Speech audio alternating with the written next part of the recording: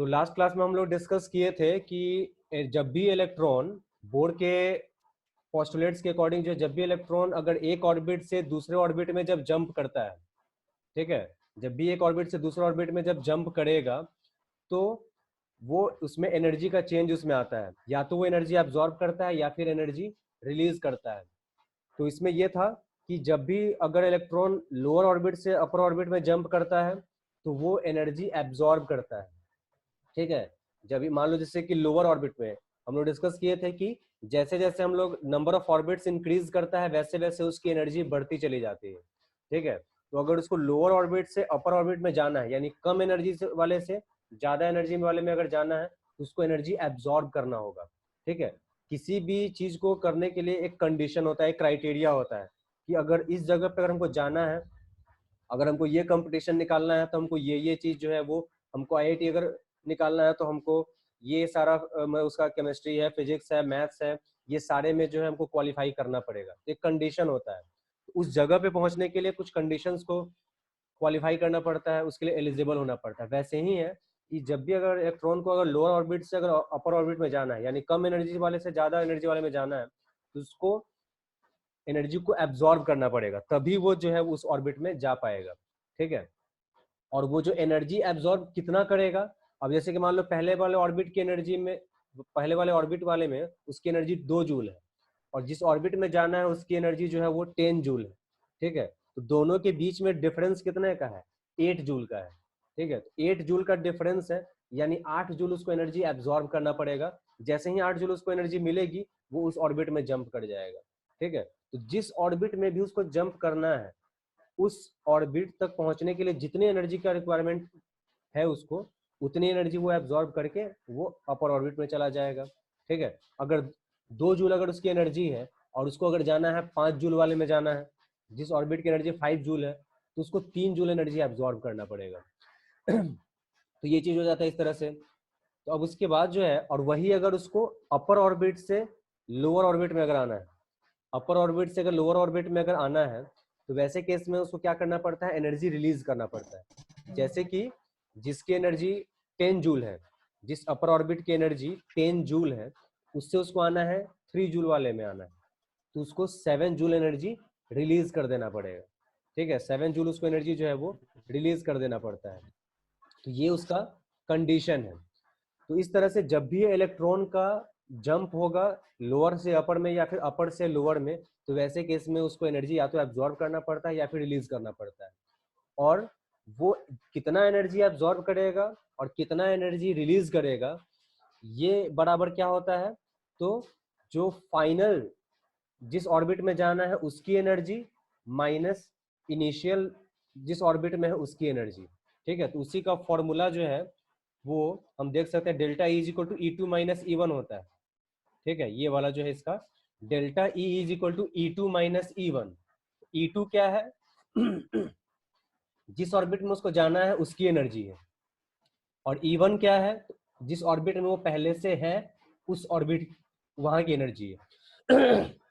तो इस तरह से जो है delta E is equal to E two minus E one हो जाता है, जहाँ पे ई टू जो है फाइनली जिस ऑर्बिट में जाना है वहां तक पहुंच उसमें जो एनर्जी जो चाहिए, और ई वन जो है वो इनिशियल जिस ऑर्बिट में पहले है उसकी एनर्जी, ठीक है। तो इस तरह से ये delta E is equal to E two minus E one. तो डेल्टा ई क्या है? ये वो एनर्जी है जो कि इलेक्ट्रॉन को या तो एब्जॉर्ब करना पड़ेगा या फिर रिलीज करना पड़ेगा, लोअर से अपर में जाने के लिए या फिर अपर से लोअर में आने के लिए। डेल्टा ई जो है वही एनर्जी है, ठीक है। तो वो जैसे जो हम गैप जो बता रहे थे कि 2 जूल से अगर 10 जूल में जाना है तो गैप जो है 8 जूल, तो जो 8 जूल जो है वही है डेल्टा ई का वैल्यू है। अगर 10 जूल वाले से अगर 3 जूल में आना है, तो 10 जूल वाले से 3 जूल में आना है तो उसको 7 जूल एनर्जी रिलीज करना पड़ेगा, ठीक है। अपना 7 जूल एनर्जी जब रिलीज कर देगा तब उसकी एनर्जी हो जाएगी 3 जूल, तब वो उस ऑर्बिट में आ जाएगा, ठीक है। तो वो 7 जूल जो है वही है डेल्टा ई, ठीक है। तो इस तरह से, और ई इज इक्वल टू हम जानते हैं एच न्यू होता है, H Planck's constant nu frequency, ठीक है, बराबर E two minus E one हुआ। तो nu is equal to E two minus E one by H, यानी जो एनर्जी वो एब्जॉर्ब करेगा, जो लाइट वो एब्जॉर्ब करेगा या जो एनर्जी वो रिलीज करेगा, उसकी फ्रीक्वेंसी अगर निकालने के लिए अगर तुम लोगों को बोलता है तो उसका फॉर्मूला ये हो जाएगा nu is equal to E2 minus E1/h। तो ये फ्रीक्वेंसी ऑफ लाइट निकालने के लिए कब बोलेगा, जब इलेक्ट्रॉन का जंप लोअर से अपर या अपर से लोअर में जब हो रहा है, तब जो एनर्जी वो एब्जॉर्ब कर रहा है, लाइट जो एब्जॉर्ब कर रहा है या एनर्जी जो इमिट कर रहा है, लाइट जो इमिट कर रहा है, उसकी फ्रीक्वेंसी निकालने के लिए बोलेगा। तो ये फॉर्मूला जो है उसमें हम यूज कर सकते हैं। ठीक है, तो इस तरह से जो है ये है जब भी इलेक्ट्रॉन का ट्रांजिशन होता है उससे रिलेटेड। और जो ग्राउंड स्टेट डिस्कस किए थे, ग्राउंड स्टेट क्या होता है, तो जब इलेक्ट्रॉन अपने सबसे पहले वाले ऑर्बिट में, ठीक है, सबसे फर्स्ट ऑर्बिट में जब रहता है तो इलेक्ट्रॉन की एनर्जी मिनिमम होती है। ठीक है, उसको बोलते हैं ग्राउंड स्टेट बोलते हैं। तो वो ये एनर्जी इसमें जो आ जाता है, when electrons are in the first orbit, जब इलेक्ट्रॉन फर्स्ट ऑर्बिट में होता है, दे हैव लीस्ट एनर्जी, सबसे कम एनर्जी होती है, this is called ground state, इसी को बोलते हैं ग्राउंड स्टेट बोलते हैं। तो ये सब जो है वो तुम्हारा इससे बोर्ड का जो पॉस्टुलेट्स वगैरह सब जो है उससे रिलेटेड बातें जो है वो यही सब है। ठीक है, अब उसके बाद जो है वो बोर्ड के पॉस्टुलेट्स का ये हम लोगों को देखना है कि उसमें क्यों वो फेल हुआ था। ठीक है, तो उस चीज को डिस्कस करना है। एक ये हम लोग ऑलरेडी डिस्कस कर चुके हैं, derivation of de Broglie wavelength. ठीक है, lambda is equal to H/P होता है, lambda is equal to H/P होता है। तो वो फॉर्मूला को हम लोग कैसे डिराइव कर सकते हैं, उसके लिए ये वी हैव ऑलरेडी डिस्कस्ड। अब उसके बाद जो है देखना drawback of Bohr's atomic model, यानी बोर के एटॉमिक मॉडल का ड्रॉबैक क्या था, क्यों बोर का भी एटॉमिक मॉडल एक्सेप्ट नहीं हुआ। बाद में चल के हम लोग नया जो है मॉडल जो है वो पढ़ते हैं एटॉमिक मॉडल, वो उसके बारे में देखना। तो सबसे पहले his atomic model was only applicable for hydrogen and hydrogen like atom. उनका जो एटॉमिक मॉडल था वो हाइड्रोजन या फिर हाइड्रोजन लाइक एटम्स के लिए ही था। ठीक है, जैसे कि हम लोग रेडियस ऑफ ऑर्बिट वाले में पढ़े हैं, जो Rn इज इक्वल टू जो फॉर्मूला है n² A0 और एक n²A0/z, वो फॉर्मूला जो है वो हाइड्रोजन के लिए है या फिर हाइड्रोजन लाइक एटम्स के लिए है, वो किसी और एटम्स के लिए नहीं हो सकता, हाइड्रोजन या फिर हाइड्रोजन लाइक एटम्स के लिए। तो केवल जितना भी एलिमेंट्स है, जितना भी एटम्स है, केवल हाइड्रोजन हाइड्रोजन लाइक एटम्स तो पॉसिबल नहीं है, और भी बहुत सारा हेवी एटम्स हो सकता है, तो वहां पे जाके वो फेल कर जाएगा। तो एक तो इसका लिमिटेशन ड्रॉबैक जो है वो ये है। उसके अलावा he could not explain splitting of spectral lines. Spectral lines जो है, जो स्पेक्ट्रम जो हम लोग पढ़े थे इलेक्ट्रोमैग्नेटिक स्पेक्ट्रम, तो स्पेक्ट्रल लाइंस जो आता है उसका स्प्लिटिंग होता है। ठीक है, इलेक्ट्रिक फील्ड के प्रेजेंस में या फिर मैग्नेटिक फील्ड के प्रेजेंस में, उसको वो एक्सप्लेन नहीं कर पाए थे। ठीक है, तो ही could not explain splitting of spectral lines in presence of magnetic field lines. Magnetic field के प्रेजेंस में जो स्पेक्ट्रल लाइंस का जो स्प्लिटिंग होता है, ब्रेक जो होता है, उसको वो एक्सप्लेन नहीं कर पाए थे, जिसको हम लोग बोलते हैं जीमैन इफेक्ट बोलते हैं, जीमैन इफेक्ट। ठीक है, and he also could not explain splitting of spectral lines in presence of electric field. Electric field के प्रेजेंस में भी नहीं कर पाए थे। ठीक है, जिसको स्टार्क इफेक्ट बोला जाता है। ठीक है, तो ये दोनों चीज का वो एक्सप्लेन नहीं कर पाए थे। मतलब स्पेक्ट्रल लाइंस जो आता है उसका मैग्नेटिक फील्ड के प्रेजेंस में जो स्प्लिटिंग होता है, जिसको जीमैन इफेक्ट बोलते हैं, उसको एक्सप्लेन नहीं कर पाए थे। और मैग्नेट जो स्पेक्ट्रल लाइंस जो आता है उसका इलेक्ट्रिक फील्ड के प्रेजेंस में जो स्प्लिटिंग होता है, उसको भी वो एक्सप्लेन नहीं कर पाए थे, स्टार्क इफेक्ट जिसको बोलते हैं। तो ये दोनों चीज को वो एक्सप्लेन नहीं कर पाए थे, बोर का एटॉमिक मॉडल उस चीज को एक्सप्लेन नहीं कर पाया था। ठीक है, तो ये चीज इसमें आ जाता है। तो इस तरह से इसमें, उसके अलावा जो है इसमें आ जाता है, ध्यान देना है, देखो वही यहाँ पे स्टार्क इफेक्ट है। अब उसके बाद ही could not explain dual nature of radiation. ठीक है, ड्यूअल नेचर ऑफ रेडिएशन जिसके बारे में हम लोग डिस्कस किए हैं कि इलेक्ट्रोमैग्नेटिक रेडिएशन में जो होता है वो ड्यूअल नेचर होता है, वेव नेचर भी होता है और पार्टिकल नेचर भी होता है। ठीक है, तो वेव नेचर का तो डिस्कशन पहले हो चुका था, लेकिन पार्टिकल नेचर के बारे में डिस्कशन नहीं हुआ था। तो बोर का जो एटॉमिक मॉडल है वो पार्टिकल नेचर को कंसिडर करते हुए नहीं था। तो इस तरह से जो है उसका बोर का जो एटॉमिक जो पॉस्टुलेट्स जो है वो ड्यूअल नेचर ऑफ रेडिएशन को एक्सप्लेन नहीं कर पाया, और हाइजेनबर्ग अनसर्टेनिटी प्रिंसिपल को भी एक्सप्लेन नहीं कर पाए थे। तो हाइजेनबर्ग अनसर्टेनिटी प्रिंसिपल के बारे में अभी हम लोग पढ़ेंगे। तो हाइजेनबर्ग अनसर्टेनिटी प्रिंसिपल को वो एक्सप्लेन नहीं कर पाए थे। ठीक है, तो ये चीज है। ड्यूअल नेचर ऑफ रेडिएशन को एक्सप्लेन नहीं कर पाए थे, और हाइजेनबर्ग अनसर्टेनिटी प्रिंसिपल को भी एक्सप्लेन नहीं कर पाए थे। उसके अलावा he could not explain the ability of electron to form compound by covalent bond. ठीक है, वो इलेक्ट्रॉन के द्वारा जो कोवेलेंट बॉन्ड जो बनाया जो जाता है, कंपाउंड बनाया जाता है कोवेलेंट बॉन्ड के द्वारा, उसको भी एक्सप्लेन नहीं कर पाए थे। ठीक है, तो ये सब कुछ डिफेक्ट्स था, जो डिमेरिट्स था, जिसकी वजह से बोर का एटॉमिक मॉडल जो है वो फेल कर गया। ठीक है, तो what were the reasons for failure of Bohr's atomic model? तो एक हो जाएगा कि his atomic model was applicable only for hydrogen and hydrogen like atoms. Second था कि ही could not explain the splitting of spectral lines in magnetic field, in presence of magnetic field, जिसको Zeeman effect बोलते हैं। And he could not also explain the splitting of spectral lines in presence of electric field, जिसको Stark effect बोलते हैं। ये है। और third है उसमें, ही could not explain dual nature of radiation and Heisenberg uncertainty principle, and he could not explain the formation of covalent compound bye electron. ठीक है, तो ये सब रीजन है जिसकी वजह से बोर का एटॉमिक मॉडल जो है वो फेल कर गया, उसको एक्सेप्ट नहीं किया गया। ठीक है, तो अब इसके बाद जो है वो बहुत सारा कुछ प्रिंसिपल आया जो कि नए एटॉमिक मॉडल को जो है वो जन्म दिया था। ठीक है, अब इसके बाद से जो है वो अब बात इसकी नहीं होगी, ऑर्बिट वगैरह की बात नहीं होगी। ठीक है, कि इलेक्ट्रॉन किसी फिक्स्ड ऑर्बिट में रिवॉल्व कर रहा है। अब यहाँ से बात आ जाएगी, ऑर्बिटल का कॉन्सेप्ट आएगा, एटॉमिक ऑर्बिटल के कॉन्सेप्ट की हम लोग बात करेंगे। तो उसको अब वो वन बाय वन उसका आएगा, स्टेप बाय स्टेप। तो सबसे पहले जो बोर का एटॉमिक मॉडल जो हाइजेनबर्ग अनसर्टेनिटी प्रिंसिपल को एक्सप्लेन नहीं कर पाया था, उस चीज को पहले हम लोग देखते हैं।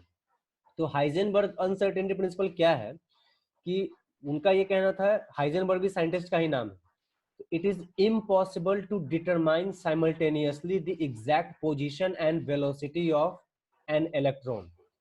मतलब किसी भी इलेक्ट्रॉन का एग्जैक्ट पोजीशन और वेलोसिटी साइमल्टेनियसली, मतलब एक साथ बता पाना पॉसिबल नहीं है। ठीक है, कोई भी इलेक्ट्रॉन अगर है तो वो मतलब उसका अगर हम उसका एग्जैक्ट पोजीशन क्या है, किस जगह पे वो है, ठीक है, और उसकी वेलोसिटी जो है, वो दोनों एक साथ हम नहीं निकाल सकते, इम्पॉसिबल है ये। इम्पॉसिबल वर्ड जोड़ दिए, इसका मतलब है कि सही में ये संभव है ही नहीं। ठीक है, अगर पॉसिबल होता तो उसमें वो ऐसा यूज करते हैं कि it is difficult word use करते हैं, लेकिन इम्पॉसिबल यूज करते मतलब पॉसिबल है ही नहीं। यानी इलेक्ट्रॉन का पोजीशन और वेलोसिटी एक साथ ऑब्जर्व कर पाना, एक साथ कैलकुलेट कर पाना जो है वो पॉसिबल नहीं है, इम्पॉसिबल। ठीक है, तो अगर हम बोर के एटॉमिक मॉडल के हिसाब से अगर हम सोचें तो ये पॉसिबल था। कैसे? हम जानते हैं कि न्यूक्लियस है, और न्यूक्लियस के चारों तरफ इलेक्ट्रॉन रिवॉल्व करता है एक फिक्स्ड सर्कुलर ऑर्बिट में। फिक्स्ड सर्कुलर ऑर्बिट होता है, तो उसका जो रेडियस, अगर हमको उसका पोजीशन निकालना है, तो पोजीशन निकालना है तो रेडियस निकाल देंगे। रेडियस जो है r n is equal to n square a naught, और n square a naught by z जो है, तो उसके द्वारा जो है हम बता सकते हैं कि इलेक्ट्रॉन न्यूक्लियस से कितनी दूरी पे है।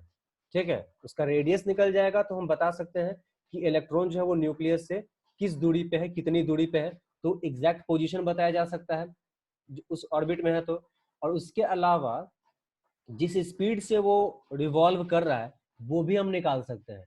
M we are is equal to N H by two pi, ये बोर का ही दिया हुआ था कि इलेक्ट्रॉन जिस ऑर्बिट में रहता है उसके लिए उसका एंगुलर मोमेंटम का वैल्यू जो होता है वो h बाई टू पाई का इंटीग्रल मल्टीपल होता है। h by m we r ये क्या है? Angular momentum, mass into velocity into radius, m we are is equal to N H by two pi.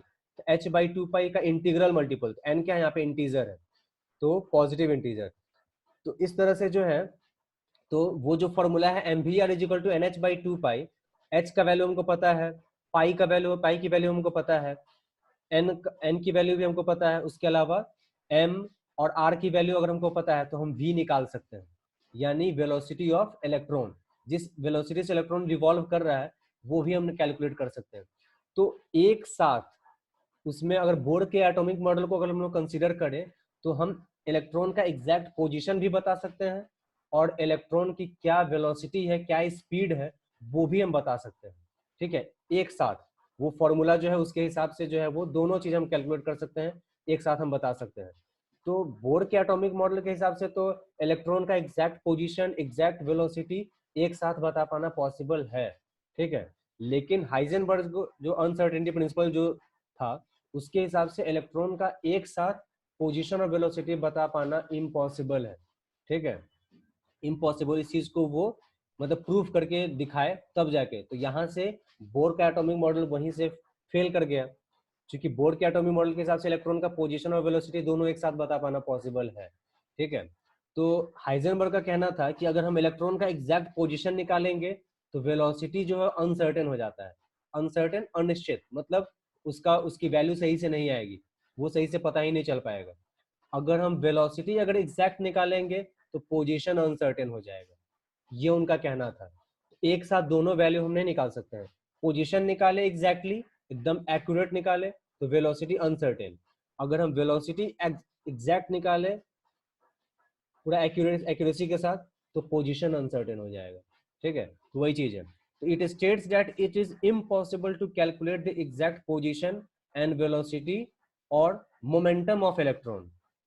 ये पोजीशन जैसे मास इनटू वेलोसिटी मोमेंटम देता है, तो पोजीशन और वेलोसिटी या फिर मोमेंटम जो है इलेक्ट्रॉन का एक साथ, ठीक है, निकाल पाना पॉसिबल नहीं है, ठीक है।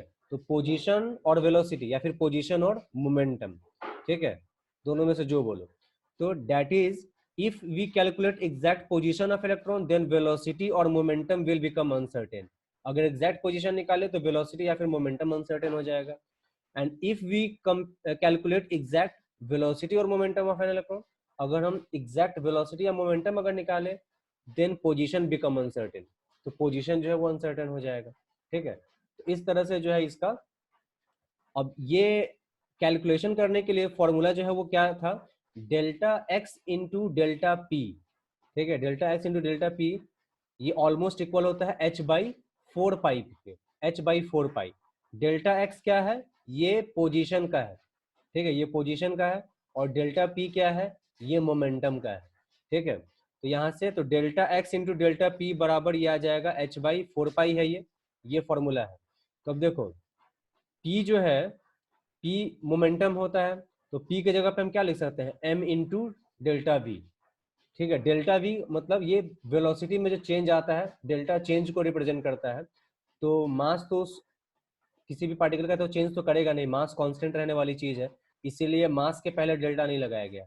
मास जो है वो चेंज नहीं करता है, इसीलिए यहाँ पे डेल्टा का सिंबल का मतलब होता है चेंज। पोजीशन में भी चेंज हो सकता है और वेलोसिटी में भी चेंज हो सकता है, लेकिन मास में चेंज नहीं हो सकता है, इसीलिए एम डेल्टा भी लिखा गया है। तो delta x into delta p is equal to h by four pi, ये होता है जहाँ पे डेल्टा एक्स पोजीशन के चेंज का है, डेल्टा पी मोमेंटम के चेंज का है, और एच प्लैंक्स कांस्टेंट है, पाई जो है वो 3.14 है वो, और उसी को हम पी के जगह पे लिख सकते हैं, p is equal to m भी होता है।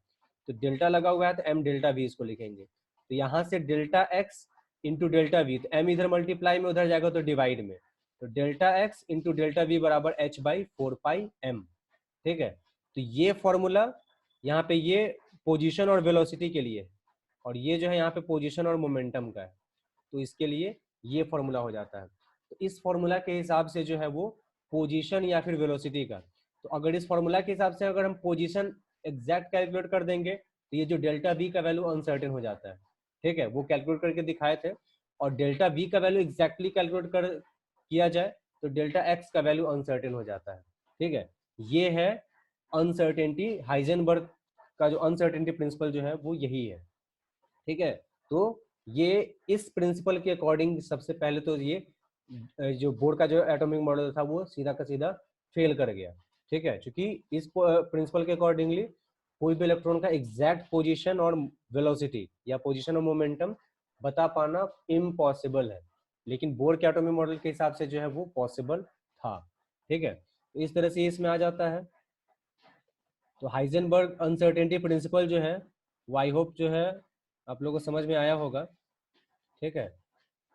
अब उसके बाद जो है यही है, यहीं से आ जाता है क्वांटम मैकेनिक्स जो है वो यहीं से आ जाता है, ठीक है। अब जो है जो एटॉमिक मॉडल सब जो डिस्कस किया जाए वो सब क्वांटम मैकेनिक्स के अंदर आता है, ठीक है। तो इसमें जो है इसका quantum mechanics it was explained by Erwin Schrodinger. Schrodinger जो साइंटिस्ट जो थे, क्वांटम मैकेनिक्स उनके द्वारा डिस्कस किया गया था। ठीक है, क्वांटम मैकेनिक्स जो है उन्हीं के द्वारा डिस्कस किया गया था। तो ये एरविन स्क्रोडिंजर जो है ये क्वांटम मैकेनिक्स को डिस्कस किए थे। तो क्वेश्चन ये उठता है कि why did we need quantum mechanics. ठीक है, हम लोगों को क्वांटम मैकेनिक्स की जरूरत क्यों पड़ी, क्यों पड़ी इसमें। तो क्लासिकल मैकेनिक्स जो हम लोग पढ़ते हैं, जैसे कि ये सब भी जो हम लोग पढ़ते हैं, मोशन इन स्ट्रेट लाइन जो हम लोग पढ़ते हैं, तो उसमें जो वेलोसिटी मोमेंटम ये सब जो हम लोग पढ़ते हैं वो सब क्लासिकल मैकेनिक्स के अंदर आता है। ठीक है, क्वांटम मैकेनिक्स एक अलग ब्रांच है।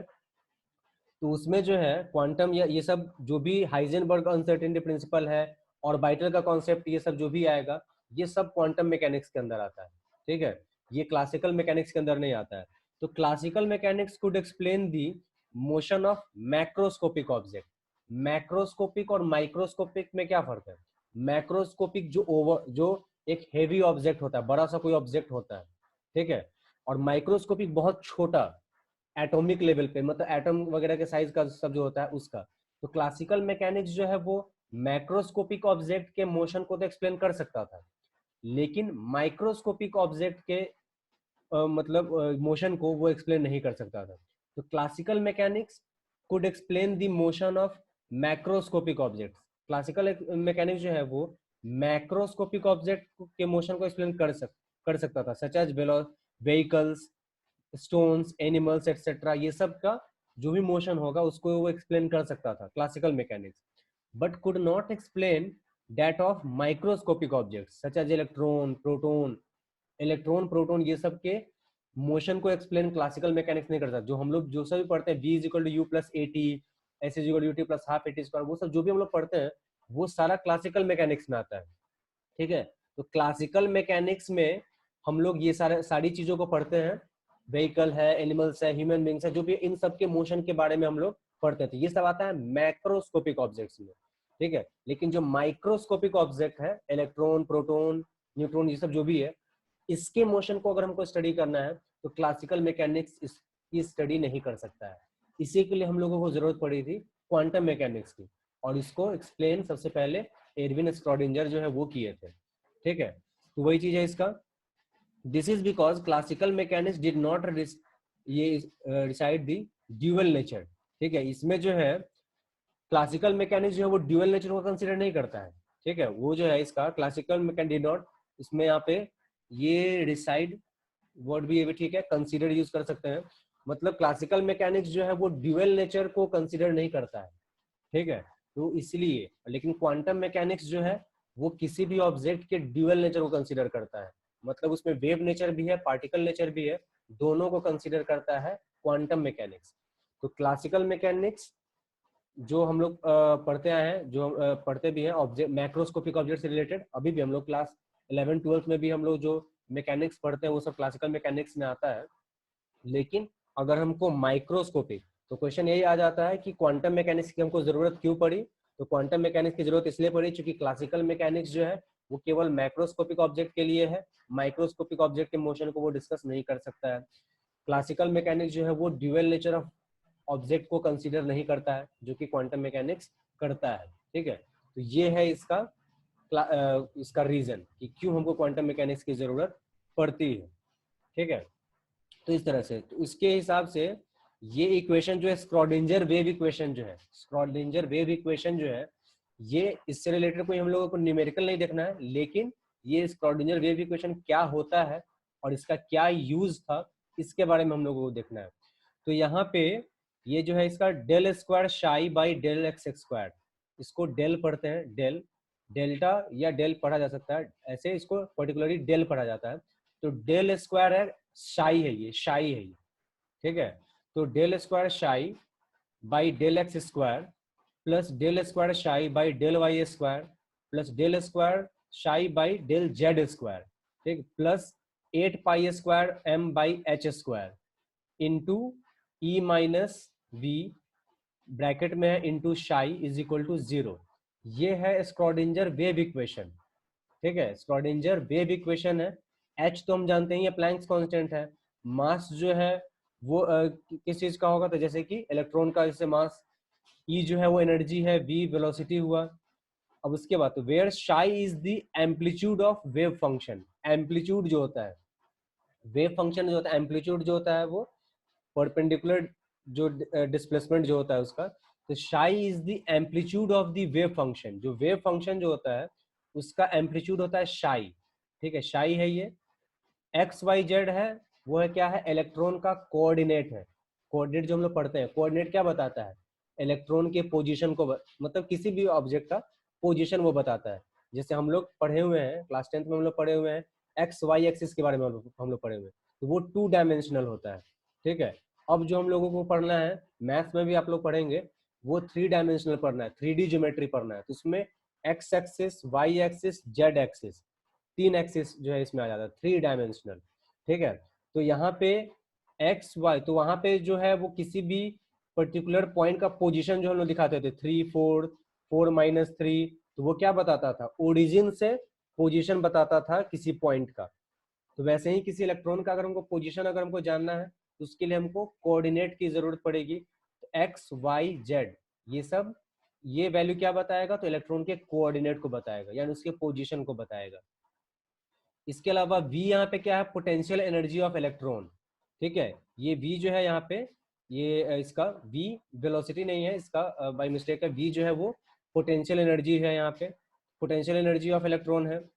फिर इसका दिस इक्वेशन, अब इस इक्वेशन का यूज किस चीज के लिए किया जाता है, तो this equation is use to calculate value of E and psi. E का और शाई का वैल्यू जो है वो कैलकुलेट करने के लिए, e gives the value of quantized energy, e जो है वो एनर्जी देगा। ठीक है, ये चीज हो जाता है इसका। तो इस तरह से जो है इसमें जो स्क्रॉडिंजर वेव इक्वेशन है, तो स्क्रॉडिंजर वेव इक्वेशन ये है, ये याद रखना है। और इसमें कौन वैल्यू क्या क्या है, तो शाई इसमें एम्पलीट्यूड है।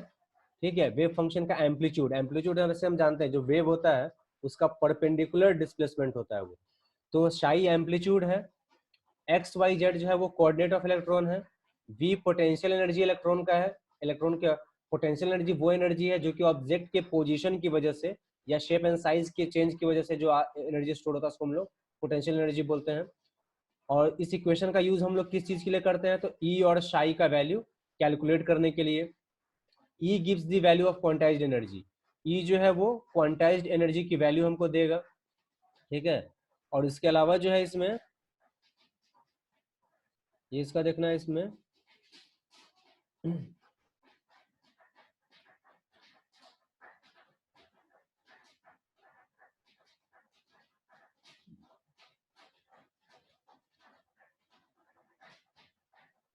और उसके अलावा तो ई का वो हो गया, और value of psi square gives the intensity of electron waves in a region, इसका जो है अराउंड द न्यूक्लियस। मतलब शाई जो है, शाई हम जानते हैं एम्पलीट्यूड होता है, और शाई स्क्वायर की वैल्यू जो है वो क्या देगी, तो शाई स्क्वायर की वैल्यू जो है वो बताएगा क्या, कि इलेक्ट्रॉन का मतलब न्यूक्लियस जो है उसके अराउंड वो किस पोजीशन पे, कहाँ जो है वो मोस्ट प्रोबेबली हो सकता है।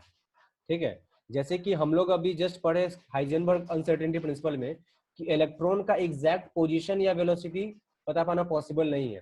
तो जब एग्जैक्ट पोजीशन नहीं बता सकते हैं, इसका मतलब है कि इलेक्ट्रॉन के होने की कहीं ना कहीं प्रोबेबिलिटी जो है वो हम बता सकते हैं कि इलेक्ट्रॉन कहाँ कहाँ हो सकता है। तो शाई स्क्वायर की वैल्यू अगर हम लोग कैलकुलेट करेंगे, तो वो वैल्यू हमको किस बारे में बताएगा, तो वो वैल्यू बताएगा कि न्यूक्लियस के अराउंड इलेक्ट्रॉन किस एरिया में हो सकता है। ठीक है, मोस्ट प्रोबेबली जो है वो किस एरिया में हो सकता है, और वही जो एरिया जो है, वही मोस्ट प्रोबेबल एरिया जो है वही होता है एटॉमिक ऑर्बिटल। एटॉमिक ऑर्बिटल वही है। तो value of psi square gives intensity of electron waves, ठीक है, in a region around the nucleus, nucleus के अराउंड इलेक्ट्रॉन की इंटेंसिटी, इलेक्ट्रॉन का जो है वेव फॉर्म में जो है वो कहाँ पे ज्यादा हो सकता है। और probability of finding an electron around the nucleus, यानी न्यूक्लियस के अराउंड इलेक्ट्रॉन को किस एरिया में, किस रीजन में हम मोस्ट प्रोबेबली हम फाइंड कर सकते हैं। ठीक है, और वही जो मोस्ट प्रोबेबल जो एरिया जो है वो क्या है, एटॉमिक ऑर्बिटल होता है। ठीक है, अब ऑर्बिट का कॉन्सेप्ट अब गया, अब ऑर्बिटल का कॉन्सेप्ट आया, यानी इलेक्ट्रॉन अब ऑर्बिट वाले में नहीं, ऑर्बिटल में होगा। ठीक है, किसी ऑर्बिटल में होगा, यानी किसी एक रीजन में होगा, उस रीजन में वो कहीं भी हो सकता है। इसीलिए एटॉमिक ऑर्बिटल का डेफिनेशन है, it is a 3-dimensional space around the nucleus in which probability of finding an electron is maximum। यानी न्यूक्लियस के अराउंड वो 3-dimensional स्पेस जिसमें इलेक्ट्रॉन के होने की प्रोबेबिलिटी मैक्सिमम होती है, यानी उस रीजन में। चूंकि इलेक्ट्रॉन का एग्जैक्ट पोजीशन बता पाना पॉसिबल नहीं है, तो जब एग्जैक्ट पोजीशन नहीं बता सकते हैं तो ये तो जरूर बता सकते हैं कि किस रीजन में वो ज्यादातर वो पाया जा सकता है। किसी आदमी का जैसे कि अगर हमको उसको ढूंढना है तो हम उसका एग्जैक्ट पोजीशन नहीं बता सकते वो आदमी किस जगह पे एग्जैक्टली रह रहा है, लेकिन किस रीजन में वो हो सकता है इसकी प्रोबेबिलिटी जो है वो हम बता सकते हैं। वैसे ही यहाँ पे इलेक्ट्रॉन के साथ है। तो एटॉमिक ऑर्बिटल वो एरिया है, वो रीजन है, वो 3D स्पेस है जिसमें इलेक्ट्रॉन के होने की प्रोबेबिलिटी मैक्सिमम होती है न्यूक्लियस के अराउंड। ठीक है, वो होता है। तो इस तरह से जो है इसका वो हम लोग